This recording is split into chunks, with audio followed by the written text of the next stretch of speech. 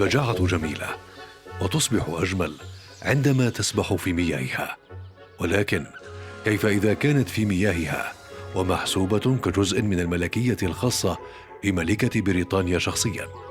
حينها من حقها أن تسير مزهوة بكل كبرياء. هي طائر ملكي بامتياز، له فرق خاصة تعتني به وتحصي أعداده في تقليد سنوي.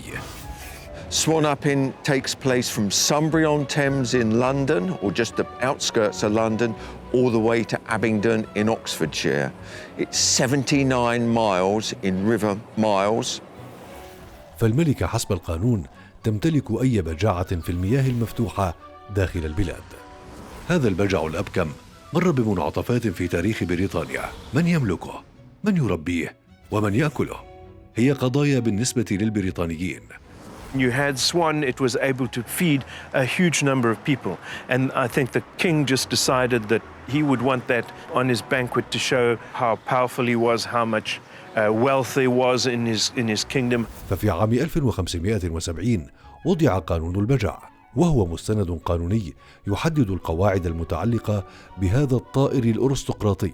فمثلا إذا قام أي شخص بتدمير أو تزوير أو تغيير علامة أي بجعة فسيواجه السجن لمدة عام واحد. كما كانت هناك أحكام قاسية مماثلة لسرقة البيض أو قتل الطيور البالغة. There's one theory that the monks here who were Benedictines weren't really supposed to eat meat, but they were allowed to eat fish. So they decided that as the cygnets and the swans tasted fishy due to the weeds they feed on here in the Fleet Lagoon, and they lived in water and they had scaly feet, that they could be eaten as fish. ما زال الغموض يكتنف الأصول القديمة لملكية البجع، وأول ذكر له باعتباره طائرا ملكيا يأتي في أواخر القرن الثاني عشر. ارتبط البجع بالنبل والطبقات الثرية من المجتمع، وحكت حوله الأساطير والقصص حول العالم. والأرجح أن مكانتها العالية جاءت بسبب جمالها وسلوكها الخاص، فهي طائر منعزل وقوي تدافع عن فراخها بشراسة، لكنها في الوقت نفسه رشيقة وأنيقة وهي تسبح فوق الماء.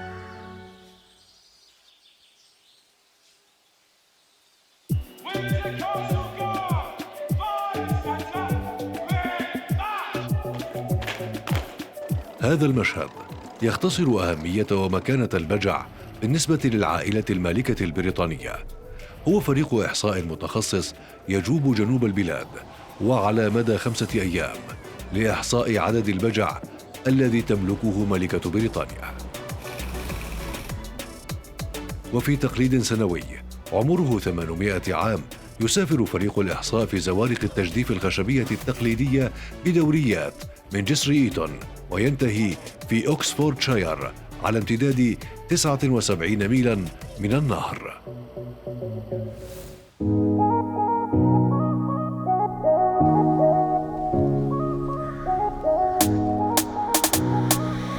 I took over the job as the Queen Swan marker in 1993, so quite a long time. I was appointed by Her Majesty to look after the swans wherever she exercises her royal prerogative right. Naturally, some of the local swans, they know me, and actually when we go swan up and they see the red jacket, they sort of move out the way a little bit. But yes, you know, that there is sort of ones that you do know.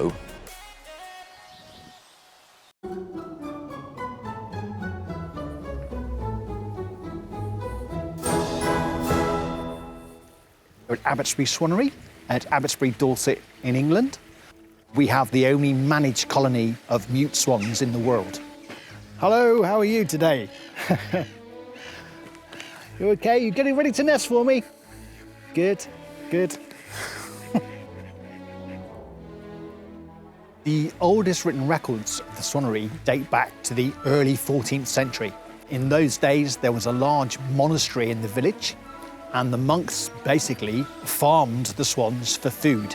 Swan was a very important food, and that was in sort of the 12th century. Swan upping started, but in fact In 966, King Edgar gave permission to the monks of Croyland to own swans. So we're talking over 1,000 years ago that started. This went on for centuries until the reign of Henry VIII.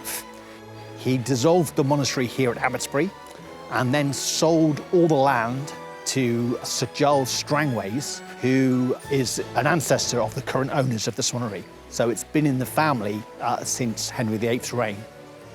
They still used to eat some of the swans up until about 50 years ago, but no longer. All the swans are reared now and are free to go. They are magnificent, beautiful birds, beasts of water. There are literally hundreds of swans in the lagoons down here, just off Chesil Beach.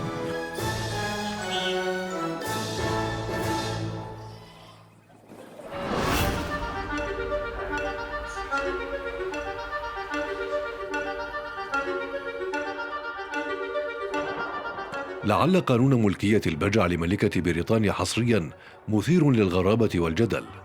تغيرت القوانين المرتبطة بملكية البجع وحمايتها مراراً وازدادت تعقيداً، وبحلول القرن الثامن عشر بدأت تتغير القوانين وعلاقة البريطانيين بهذا الطائر الملكي، حيث توقف الناس عن أكل البجع. البجع في بريطانيا طائر محظوظ، فهو يحظى بتعاطف وإعجاب العائلات المالكة، والدليل أنه في القرن التاسع عشر قررت الملكة إلكسندرا زوجة الملك إدوارد منع حفر منقار البجع لوقف الألم الذي كانت تتعرض له هذه الطيور، حفر كان يستخدم لتمييز الطيور وملكيتها.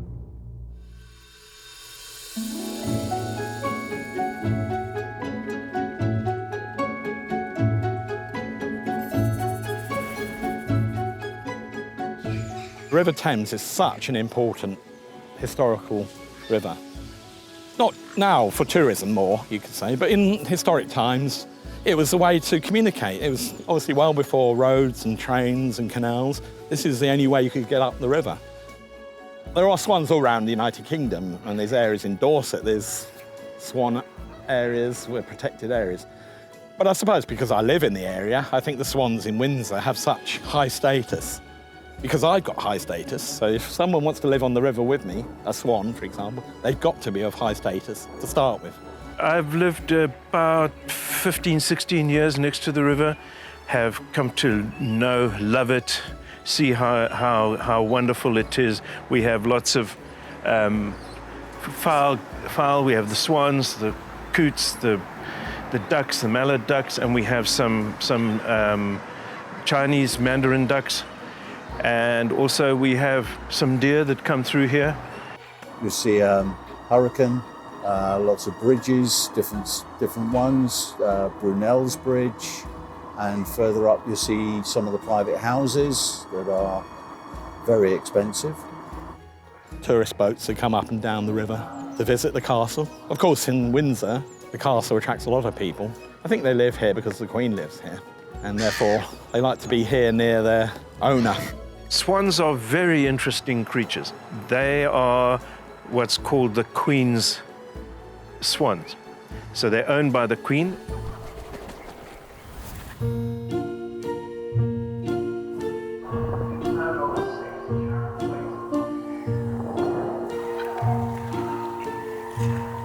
There's a lot of history to it, but it's always been Crown property. Like it is today, it still is Crown property. And Her Majesty the Queen has the right to own any swan swimming in open waters in the United Kingdom unmarked. But she mainly exercises this royal prerogative on the River Thames. They are checked by what is known as the swan uppers, and they will actually go out and they're on behalf of Her Majesty the Queen to register the swans. Every July, the Queen's marker comes down with a whole host of boats, and they take the new signets. They will count the swans on the river, and the way they do it, they put a tab on the swan, and that will mean that they're able to count it effectively. So when we take them out of the water, each one, they're put on the shore.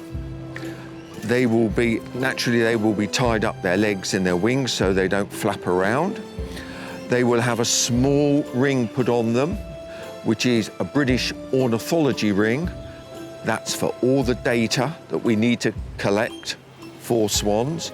And also the Vintners Livery Company and the Dyers Livery Company have the rights to own swans on the River Thames. And they've had this right since the 15th century. I think there's a big connection with swans and the royal family, and it is part of English culture, British culture. We all love to see swans. I see them every day, but to see such a number is going to be quite a stunning view. And I should have brought my camera, really.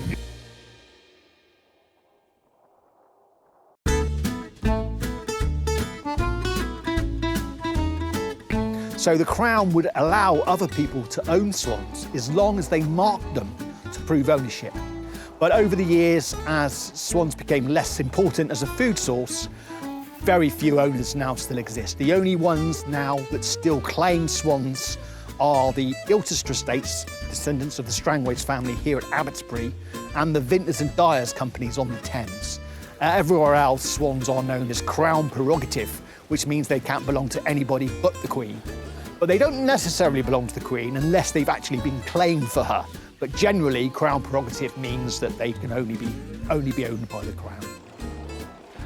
The Queen has visited Swan Up Inn. She came along, she looked at all the swan catches that we were doing. She spoke to young children all about the projects they were doing. And as far as I could tell, she thoroughly enjoyed the day.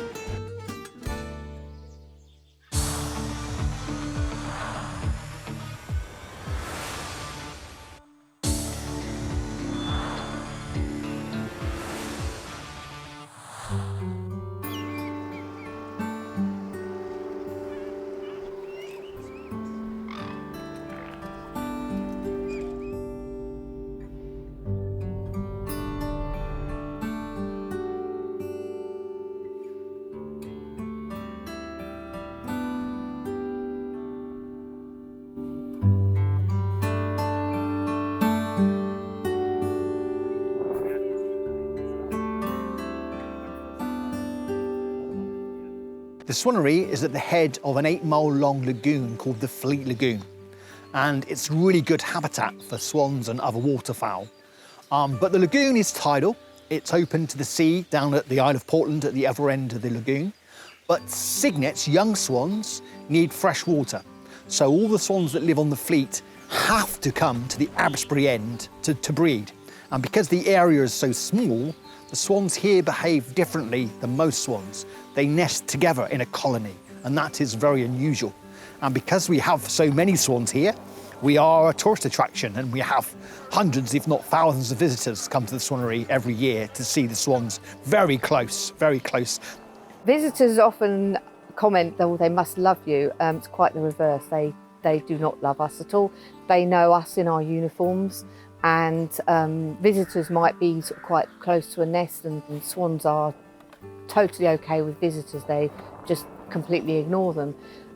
They may see us coming down the path in our uniform, and they will stand up and start hissing. So they know us because they think that we're going to do something like pick them up or interfere with their nest. So they're not very fond of us at all. So they do recognise us, and like I say, they can recognise us for years. Doesn't matter whether I wear my uniform or not, if I come down on my day off, they still recognise us, and they will react differently to the staff than they do to the visitors. So they definitely know who people are.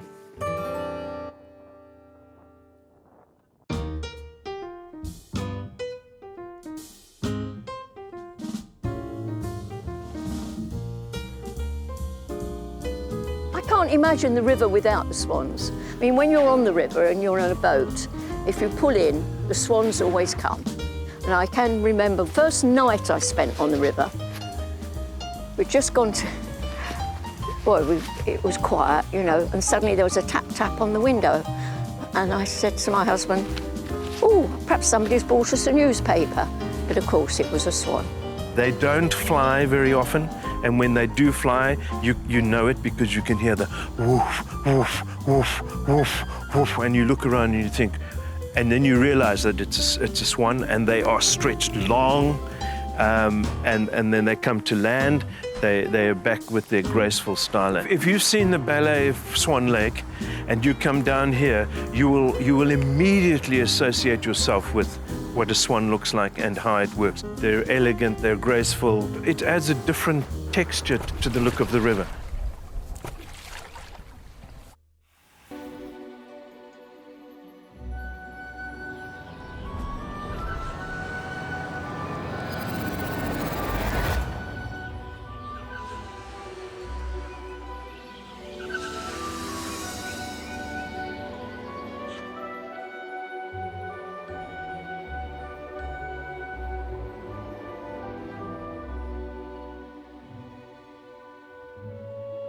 When the ballet is done, you can see how the ballet dances, particularly the ballerinas in the quarter ballet. When they come on, they look just like swans. Swans behave like that. So when they get very angry, they will flip their wings up. Well, naturally, the swan is a large bird. As we know, it can weigh up to 15 kilos, has a wingspan of approximately 2.5 meters. So it's a very large bird, and it can fly, not miles and miles and miles, because they have their own territory. So they just land on the water with their feet like skids, and they land. But sometimes, as I mentioned, they land on the road. If they see a wet road, they think it's water, and sometimes they land on it. The female swans, and to a lesser degree the male swans, have a little call, like a barking call they use to call their young. So we often do that when we're feeding them. And it's kind of a barking call, a bit like, see if I can do it. Like that, and then the cygnets will come towards you and you can feed them. Not very good impression. They're white swans. There's the odd black swan, which we know. You do know that there's a black swan. And there's a term, I think a writer called it the black swan moment, because when they went to Australia, the people saw a black swan, and this was unprecedented. So they are white swans, they're mute. So they don't have a call like a bird. They go, and the male swan has a bigger bump on his nose, and the female has a smaller bump. The Berwick swans, hooper swans, they migrate, so they're backwards and forwards. The mute swan doesn't migrate, and it just has its own territory here, and it will live here quite happily in its own stretch of water for up to sort of 20 years in some cases.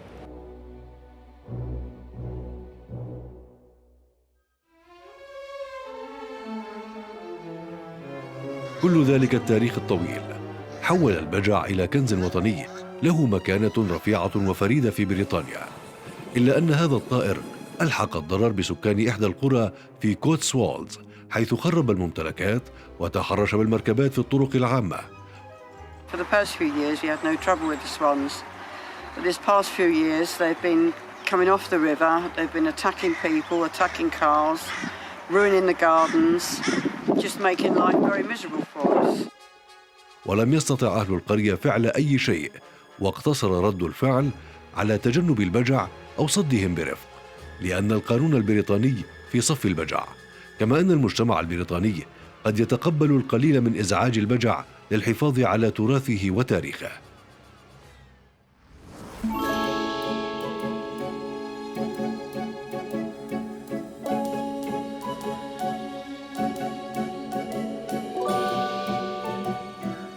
It's a nice, pleasant experience. I mean, for people that have children, you know, they can feed the swans and the ducks, although they can be quite territorial. So if you get close to them, they hiss and they may potentially attack. And it has been known that they can break bones in human bodies because of the flapping of the wings and everything else.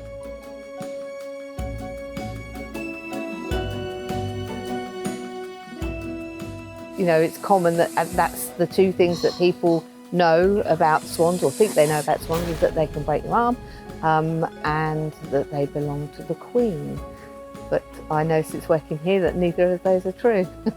There are a few sort of old wives' tales, if you like, about swans. They say that they can break a man's arm or leg. They have a very strong wrist bone, which they use for hitting. But we here at Swannery, the staff here, they know who we are, and because we record their eggs and we ring them and catch them, they don't like us very much. They know who we are, but we get thumped around the leg quite regularly. We've never had any broken bones or arms or legs here. So there's some truth in it. It hurts, but we've never had a visitor hit. They only hit the staff. They know who we are. They don't like us very much, even though we try and help them. I think this is a really unusual situation with the birds living in a colony the way they do. Swans generally don't.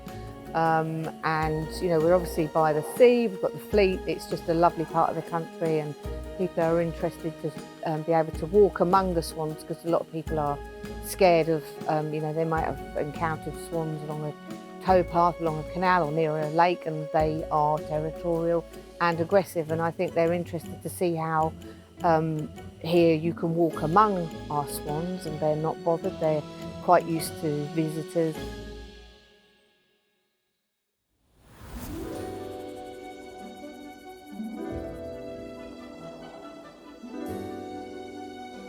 Having worked with the swans for 30 years and working with my colleagues who'd worked for many years before, just got to know the swans so well and their behaviour, and it's still learning things. It's fascinating the way they pair together, usually for life, but sometimes there's a divorce, or if they lose a mate, they will sometimes get another partner. So learning these things you're always learning things every day. Even though I've been here for so long now, I'm still learning, and it's great place to just come and watch and study the swans. You come and live on the river, appreciate the nature that is here, and obviously just enjoying that enabled me to think, actually, how can I help the ducks and the swans in engendering their lifestyle on the river? And I do that by feeding them regularly. People like living close to the River Thames. In this part of Cookham, you know, it's quite nice to just take a leisurely walk along by the river and actually see the swans and the ducks. And it just makes it quite a nice environment. So this is my house. This is where every morning and every evening I come down, and then I take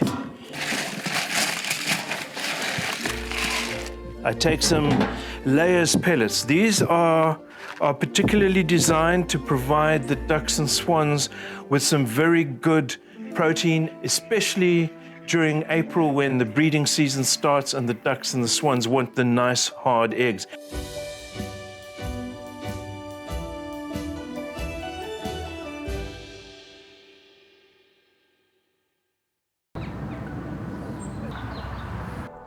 We have a lot of problems with swans from fishermen, although the majority of fishermen are very, very careful. The odd 10% will just throw line in the water with their hooks, and of course, swans and young cygnets get tangled up in that. I've always been interested in wildlife, and when I was offered a job here at the Swannery, it was my dream come true. I've been here for 33 years now. So I love it. I think that I'm extremely fortunate to live on the Thames like this, and to be able to interact with nature in the way it is, particularly with the swans and the ducks. You can see that they understand. They come every morning and evening to me. I think it's a fantastic lifestyle that I have, and an opportunity to enjoy nature. When I started working here 4 years ago, I felt very privileged to be able to work with the birds. I've always said it's not like a job, it's not like work at all. I love being outside, I've got a good team, we all get on really well, and it's just a lovely, beautiful place to work.